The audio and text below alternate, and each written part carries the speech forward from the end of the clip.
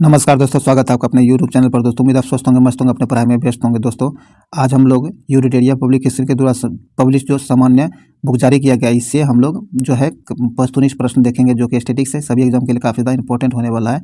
ये सभी एग्जाम के लिए इंपॉर्टेंट है, ध्यान में जरूर रखिएगा। चाहे वो बिहार दरोगा हो, बीपीएससी हो, या फिर सिविल कोर्ट हो, सभी एग्जाम के लिए, या फिर बिहार पुलिस हो, सभी एग्जाम के लिए इंपॉर्टेंट है। तो इसलिए आप इसे मिस नहीं कीजिए, शुरू से अंत तक जरूर देखिए, ताकि इसका फ़ायदा मिल सके। स्टैटिक्स है तो ये सभी एग्जाम में इसका रिपीटेशन होना तय है, तो इसीलिए आप इसे जरूर देखिए ताकि इसका फ़ायदा आपको मिल सके।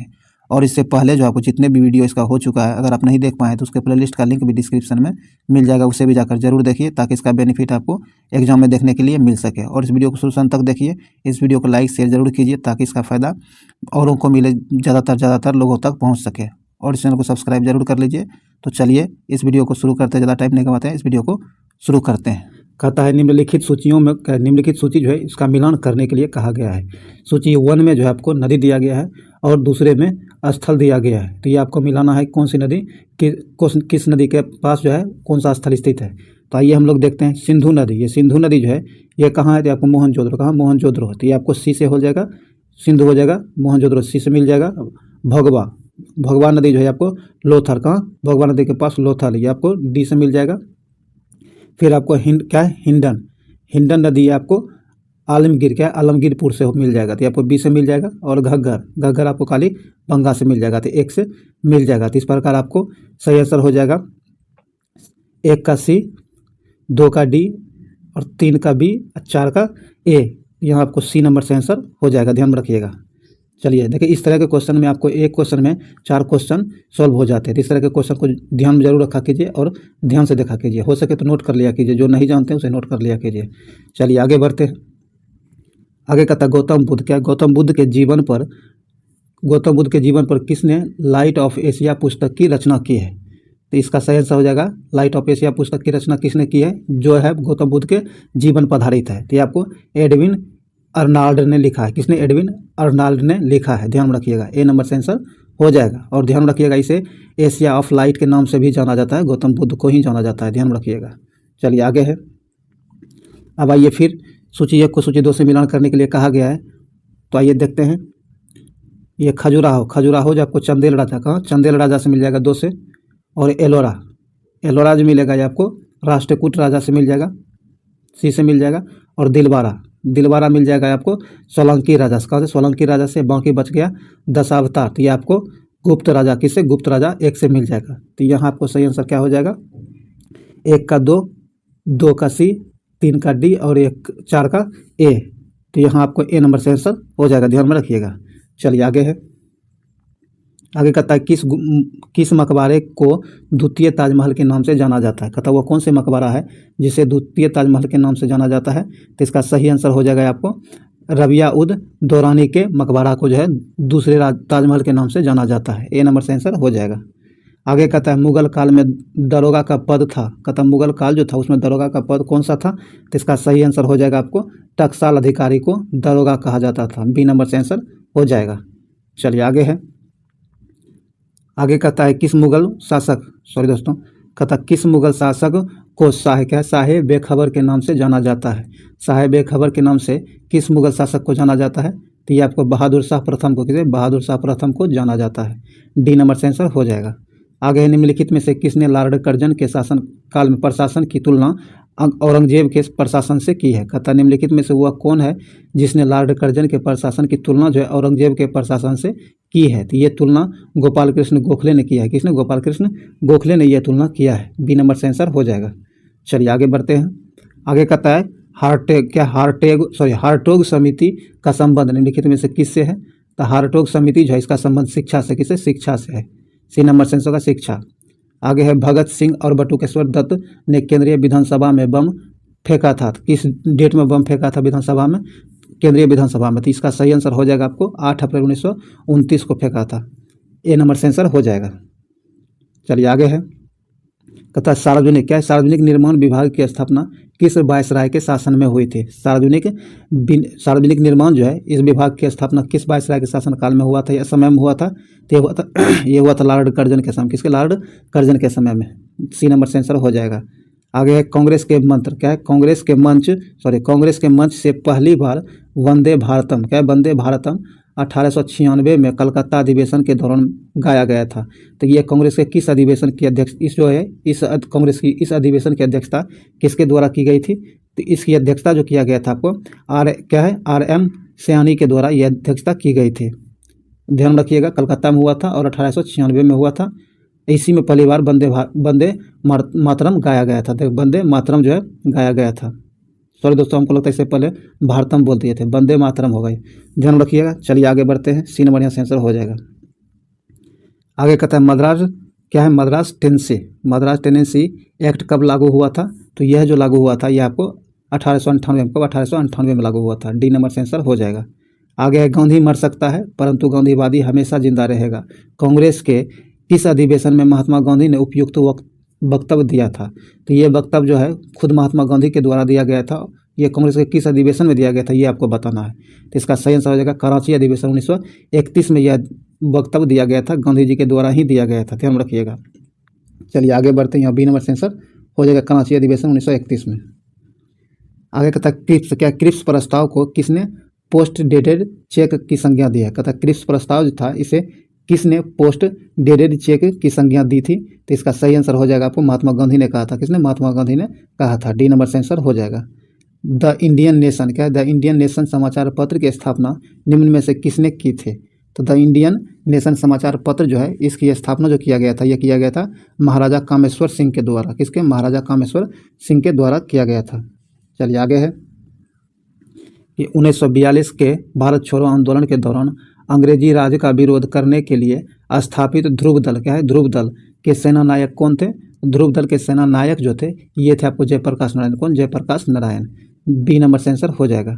आगे है नौजवान भारत सभा, क्या है, नौजवान भारत सभा की स्थापना किसने की थी? तो ये नौजवान भारत सभा की स्थापना जो किया गया था ये भगत सिंह के द्वारा किया गया था। किसके द्वारा? भगत सिंह के द्वारा किया गया था। बी नंबर से आंसर हो जाएगा। चलिए आगे है। आगे कहता है सुधारक, क्या है, सुधारक पत्र के संपादक निम्नलिखित में से कौन है? सुधारक पत्र जो है इसके संपादक है आपको गोपाल कृष्ण गोखले। कौन? गोपाल कृष्ण गोखले। डी नंबर से आंसर हो जाएगा। आगे कहता है भारतीय संविधान का कौन सा अनुच्छेद राज्य को महिला और बच्चों के कल्याण को बढ़ावा देने के लिए विशेष प्रावधान करने का अधिकार देता है?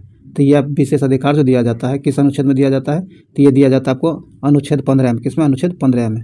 सी नंबर से आंसर होगा अनुच्छेद 15। चलिए आगे कहता है प्रथम पिछड़ा वर्ग आयोग का गठन कब किया गया था? प्रथम पिछड़ा वर्ग आयोग जो था इसका गठन कब किया गया था? तो ये किया गया था 1853 में। कब? 1853 में। बी नंबर 1953 में। कब? 1953 में। बी नंबर से आंसर हो जाएगा 1953। राष्ट्रपति के पुनः निर्वाचन की योग्यता को कहता है राष्ट्रपति जो है इनके पुनः निर्वाचन की योग्यता का उल्लेख निम्न में से किस अनुच्छेद में की गई है? तो यह किया गया आपको अनुच्छेद 57। किसमें? अनुच्छेद 57 में किया गया है। सी नंबर से आंसर हो जाएगा। आगे कहता है भारत के संविधान का अभिरक्षक है। भारतीय संविधान जो है इसका अभिरक्षक कौन है? तो इसका अभिरक्षक जो है आपको उच्चतम न्यायालय। कौन? उच्चतम न्यायालय इसके अभिरक्षक हैं। डी नंबर से आंसर हो जाएगा।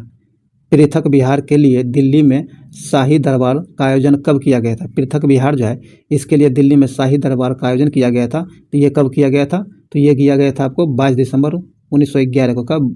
12 दिसंबर। कब? 12 दिसंबर 1911 को किया गया था। कब? 12 दिसंबर 1911 को। कहता निम्नलिखित में से कौन सा युद्ध शेरशाह सूरी से संबंधित नहीं है? ध्यान रखिएगा, कौन सा युद्ध है जो शेरशाह सूरी से संबंधित नहीं है? तो इसका सही आंसर हो जाएगा आपको सामूगढ़ की लड़ाई। ये शेरशाह सूरी से संबंधित नहीं है। बाकी चौसा का युद्ध, बिलग्राम का युद्ध और सूरजगढ़ का युद्ध, ये तीनों युद्ध जो आपको शेरशाह सूरी से संबंधित है, लेकिन ये सामूगढ़ का युद्ध जो है ये संबंधित नहीं है। तो डी नंबर से आंसर हो जाएगा जो संबंधित नहीं है। आगे कहता है 1934 में गठित बिहार सोशलिस्ट पार्टी के अध्यक्ष कौन थे? बिहार में सोशलिस्ट पार्टी का गठन किया गया था और ये डेट पूछा जाता है आपसे कब? तो 1934 में की गई थी। तो इसकी जो है इसके अध्यक्ष कौन थे? इसके अध्यक्ष जो थे आपको इसके अध्यक्ष थे आपको ये आचार्य नरेंद्र देव। कौन? आचार्य नरेंद्र देव। डी नंबर से आंसर हो जाएगा। एग्जाम में बहुत बार रिपीट हो चुका है यह क्वेश्चन, ध्यान में जरूर रखिएगा। चलिए आगे है। कहता निम्नलिखित में से किसने सर्वप्रथम जड़त्व का नियम दिया था? जड़त्व का नियम जो है सर्वप्रथम किसके द्वारा दिया गया था? तो यह दिया गया था आपको सर्वप्रथम गैलीलियो के द्वारा। किसके द्वारा? गैलीलियो के द्वारा। बी नंबर से आंसर हो जाएगा। आगे कहता है वास्तविक गैस क्या है, वास्तविक गैस समीकरण PV बराबर RT का कब अधिक सही पालन करती है। तो इसका सही आंसर हो जाएगा आपको जब निम्न दाब उच्च ताप हो, कहता दाब निम्न हो और ताप उच्च हो तब यह नियम पालन होता है। सी नंबर से आंसर हो जाएगा। आगे कहता है मानव मूत्र का pH मान कितना होता है। मानव का मूत्र जो है इसका pH मान कितना होता है, तो ये होता है आपको 4.5 से लेके 8 तक pH मान होता है मानव मूत्र का pH मान, ध्यान रखिएगा। देखिए pH मान से रिलेटेड क्वेश्चन आपको पूछे जाते हैं तो आपको मुश्किल से 8 से 10 क्वेश्चन हो तब बनता है इस पर 10 तक का pH मान इसका आप सभी का जरूर ध्यान रख लिया कीजिएगा ताकि एग्जाम में पूछने की संभावना बनी रहती है। आगे कहता है बच्चों के जन्म के समय क्या है, बच्चों के जन्म के समय कौन सा वैक्सीन नहीं दिया जाता है। बच्चों के जन्म के समय जो कौन सा वैक्सीन नहीं दिया जाता है इनमें से, तो इनमें से जो नहीं दिया जाता है MMR क्या है, MMR नामक वैक्सीन नहीं दिया जाता है जन्म के समय। चलिए डी नंबर से आंसर हो जाएगा।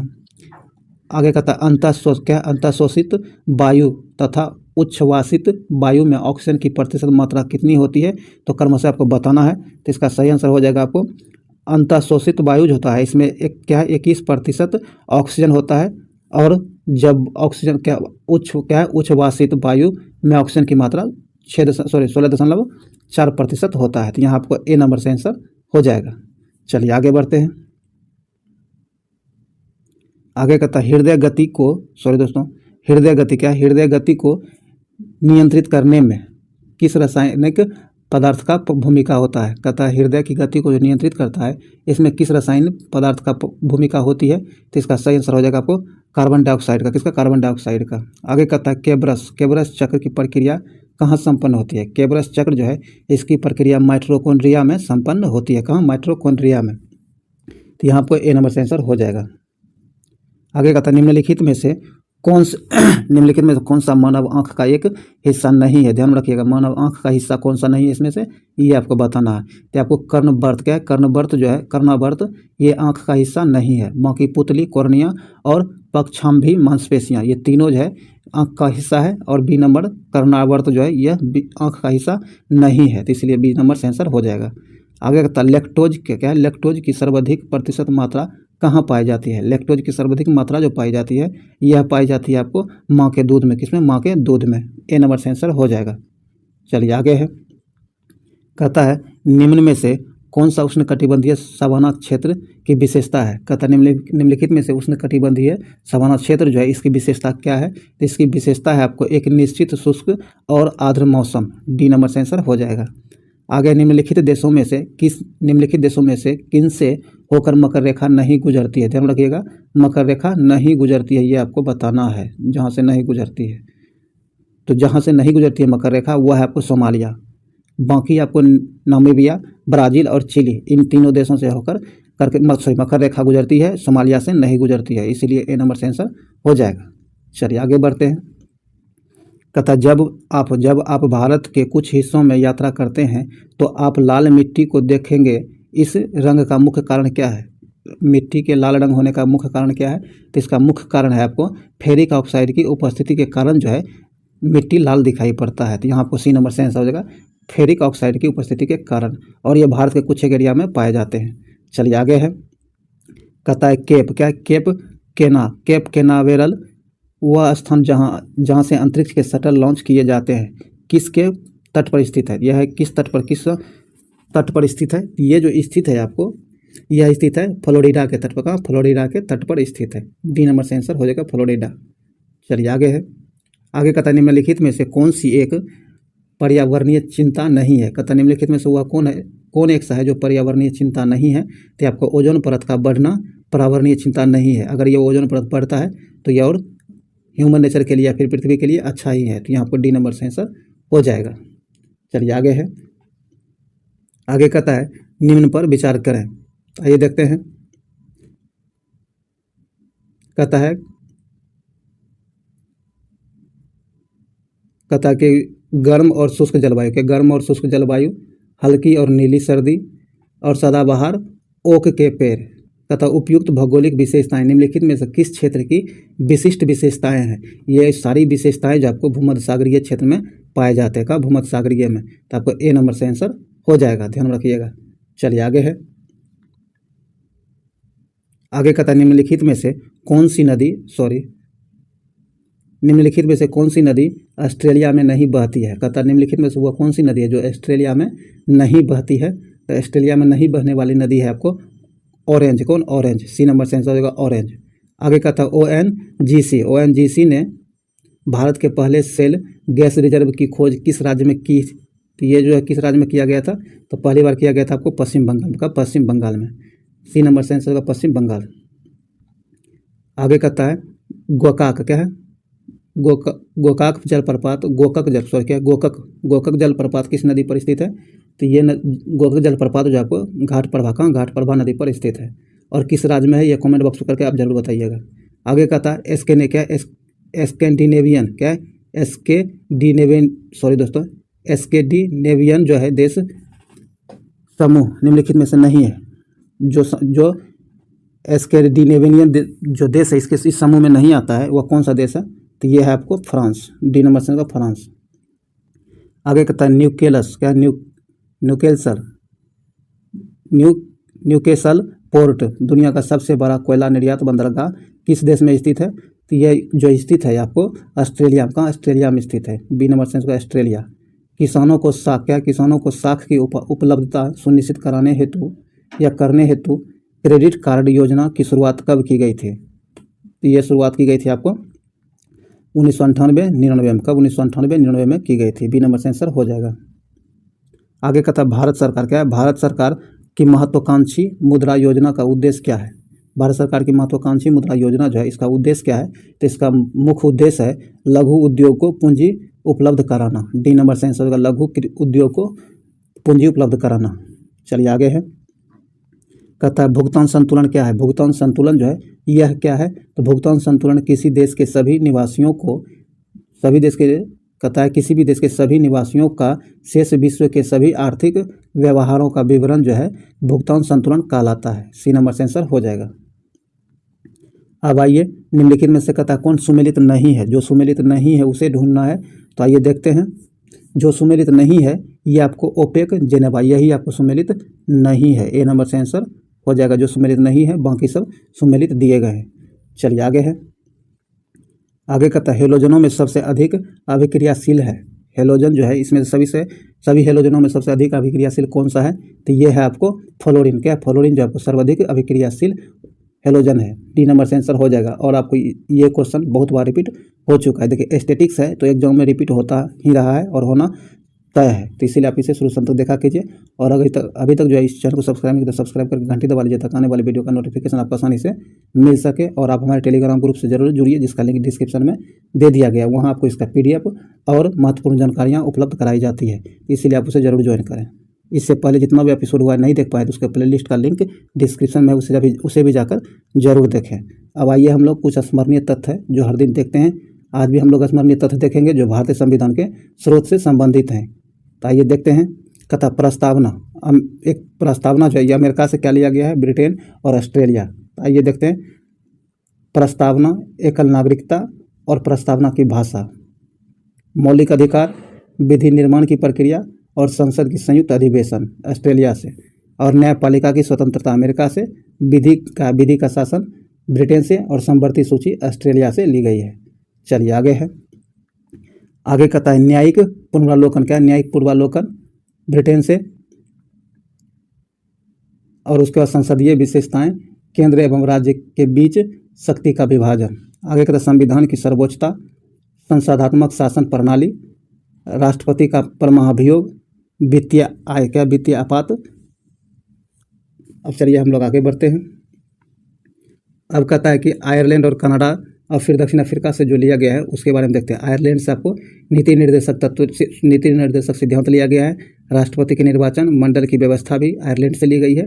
राष्ट्रपति द्वारा राज्यसभा में व्यक्तियों का मनोनयन जो है ये भी आयरलैंड से ही लिया गया है। तो ये सारे के सारे ध्यान जरूर रखिएगा। और कनाडा से जो लिया गया है संघात्मक विशेषता कनाडा से ली गई है। अपशिष्ट शक्तियाँ भी कनाडा से ली गई है। राज्यपाल की नियुक्ति प्रक्रिया जो है यह भी कनाडा से ही लिया गया है। अब दक्षिण अफ्रीका जो लिया गया है यह आपको संविधान संशोधन की प्रक्रिया दक्षिण अफ्रीका से ली गई है। और राज्यसभा के सदस्यों का निर्वाचन भी दक्षिण अफ्रीका के संविधान से ही लिया गया है। ध्यान रखिएगा, ये सारे स्रोत आप ध्यान रखिएगा। इससे रिलेटेड क्वेश्चन एग्जाम में बहुत बार पूछे गए हैं। अब जर्मनी क्या है, जर्मनी से जो ली गई है, जर्मनी से ली गई है आपको आपातकाल की व्यवस्था जर्मनी से ली गई है, मौलिक कर्तव्य रूस से लिया गया है, और विधि का क्या, विधि द्वारा स्थापित प्रक्रिया, संविधान को स्थापित करने की प्रक्रिया जो है ये जापान से लिया गया। कहाँ, जापान से लिया गया है, ध्यान में रखिएगा। चलिए, ये सारे के सारे स्रोत इंपॉर्टेंट हैं, इसे ध्यान में रखिएगा। और आगे कहता है राज्य पुनर्गठन। क्या है, राज्य पुनर्गठन आयोग के अध्यक्ष थे, राज्य आयोग के गठन जो हुआ था इसके अध्यक्ष थे आपको फजल अली। कौन, फजल अली। और सदस्य में हृदयनाथ कुंजरू एवं KM मणिक्कर भी इसके सदस्य में शामिल थे, लेकिन इसके अध्यक्ष अली क्या है, फजल अली थे। राज्य पुनर्गठन अधिनियम को पारित किया गया था, यह 1956 में पारित किया गया था। भाषा के आधार पर गठित होने वाला भारत का पहला राज्य है, तो भाषा के आधारित पर गठित होने वाला भारत का पहला राज्य आपको आंध्र प्रदेश है। कौन, आंध्र प्रदेश है, बहुत बार पूछा गया है। भारत में क्षेत्रीय परिषद की कुल संख्या कितनी है, भारत में क्षेत्रीय परिषद जो है इसकी कुल संख्या 5 है। क्या है, 5 है, ध्यान रखिएगा। तो चलिए दोस्तों, जो भी स्मरणीय तथ्य था ये भी समाप्त हुआ है। उम्मीद है इससे आपको बहुत ज़्यादा बेनिफिट मिला होगा। अगर इसमें आपको कोई भी कमी नज़र आता है तो ज़रूर से ज़रूर आप कमेंट बॉक्स, उसी वक्त कमेंट बॉक्स में कमेंट करके ज़रूर बताइए, ताकि इसको सुधार किया जा सके, क्योंकि ये वीडियो आप लोगों की सुविधा के लिए लाया जाता है। अगर आप लोगों को असुविधा हो तो उसकी कमेंट बॉक्स में जानकारी दें, ताकि हम उससे सुधार कर सकें। और इस वीडियो को लाइक शेयर जरूर करिए अपने दोस्तों के साथ, ताकि मैक्सिमम लोगों तक पहुंच सकें। और आप हमें सपोर्ट करने के लिए हमारे चैनल को सब्सक्राइब जरूर कर लीजिए, घंटी दबा लीजिए, ताकि आने वाली वीडियो का नोटिफिकेशन आपको आसानी से मिल सके। और टेलीग्राम ग्रुप से जरूर जुड़िए, कि उसका लिंक जो डिस्क्रिप्शन में मिल जाएगा। तो चलिए, इस वीडियो को यहीं समाप्त करते हैं, मिलते हैं अगले वीडियो में, तब तक के लिए जय हिंद।